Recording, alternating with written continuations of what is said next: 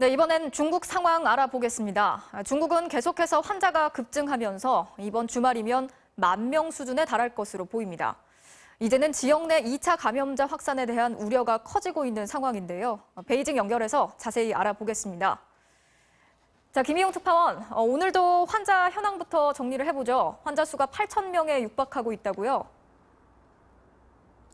네, 중국 당국은 매일 자정에 전체 환자 상황을 집계해서 아침에 공식 발표합니다. 하루 동안 거기에 숫자가 조금 더해지는데 지금은 환자 수가 8,000명에 육박했고 사망자는 170명입니다.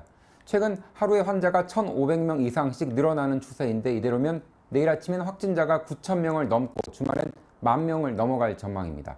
그동안 환자가 없었던 티벳 지역에서도 확진자가 나오면서 중국 전역이 신종 코로나 바이러스 전염지대가 됐습니다.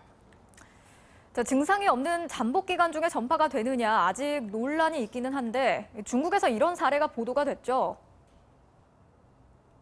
네, 함께 동창회 모임을 한 20대 청년 6명이 확진 판정을 받았습니다. 후베이성 오른쪽에 있는 안후이성 지역의 일입니다.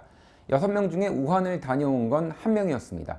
이 1명이 우한을 다녀와서 사흘 뒤에 열이 났고 일주일 뒤에 병원에서 신종 코로나 확진 판정을 받았습니다. 그런데 열이 나는 증상이 있기 하루 전에 동창회에 가서 친구들을 만났고 몇 시간을 함께 있었다고 했습니다. 나머지 5명은 동창회 만남 후에 모두 병에 걸렸습니다. 공산당 기관지 인민일보가 보도했는데 기사대로라면 본인이 특별한 증상을 느끼지 못한 상황에서 전염을 시킨 겁니다.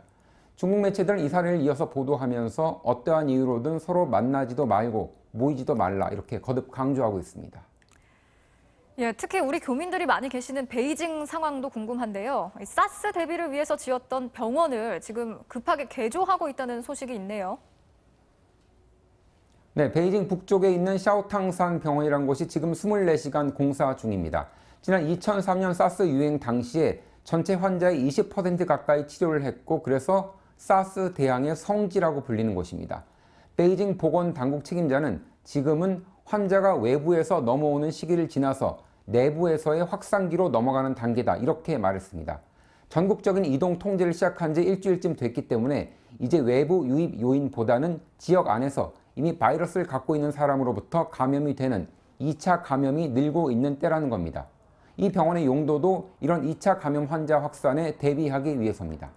마스크 개별 구입이 어려워지면서 베이징, 상하이, 홍콩 이런 데서는 한인회를 중심으로 교민들에게 마스크 배포 계획도 세웠습니다.